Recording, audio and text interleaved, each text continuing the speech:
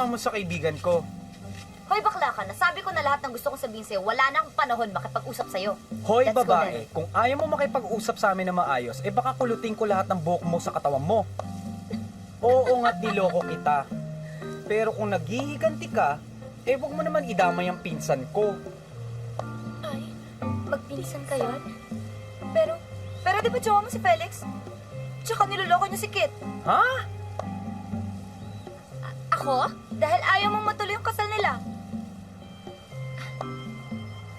Best friend ko kaya si Felix. At kaibigan ko siya sa Canada pa lang, so what are you talking about? Eh bakit narinig ko kayo nag-uusap tungkol sa kasal niyo? Honey, baka you're overdoing it. Don't worry about it. Let's talk about the wedding. Sige.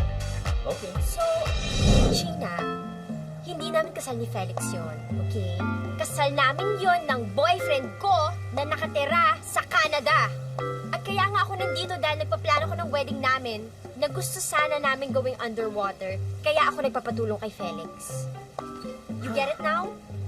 Pero imposible yan, bakla si Felix. At ikaw ang jowa niya, di ba? Nakita ko pa nga na umiiyak ka sa kanya dahil ayaw mo ituloy yung kasal nila eh.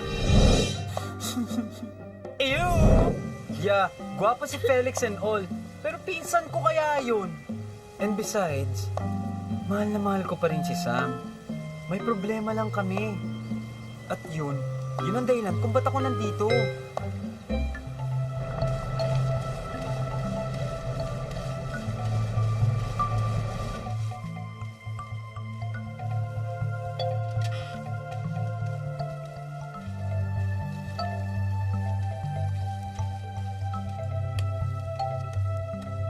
Felix? Felix? Felix? Felix?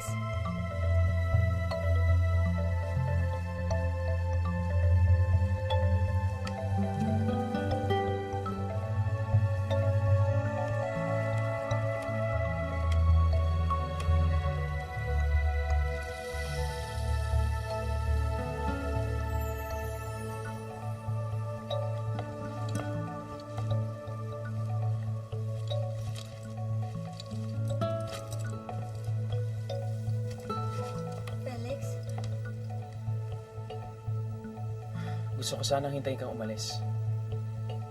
Kaso baka malita ko. Aalis ka? Isa lang gusto kong malaman. Lahat ba ng sinabi mo sa akin kasinungalingan? Mula sa pangalan mo hanggang sa sakit mo. Lahat ba yun? Kasinungalingan? Hindi ko sinasadya. Na-traumatize kasi ako sa ginawa sa akin ni Don. Akala ko ganun din yung ginagawa mo kay Kit eh. Gusto ko lang naman makatulong eh. Pati ba yung sinabi mo sa akin tungkol sa daddy mo, hindi totoo yun? Totoo yun. Felix? Felix? Ewan ko. Hindi ko alam kung dapat ka pang paniwalaan. Sa pangalan mo pa nga lang, nagsinungaling ka na eh. Sayang. Kasi I thought, for the first time in my life, I'm opening up myself to someone special.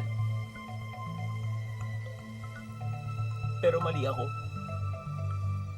Pares ka lang pala ng iba. Sinungaling ka.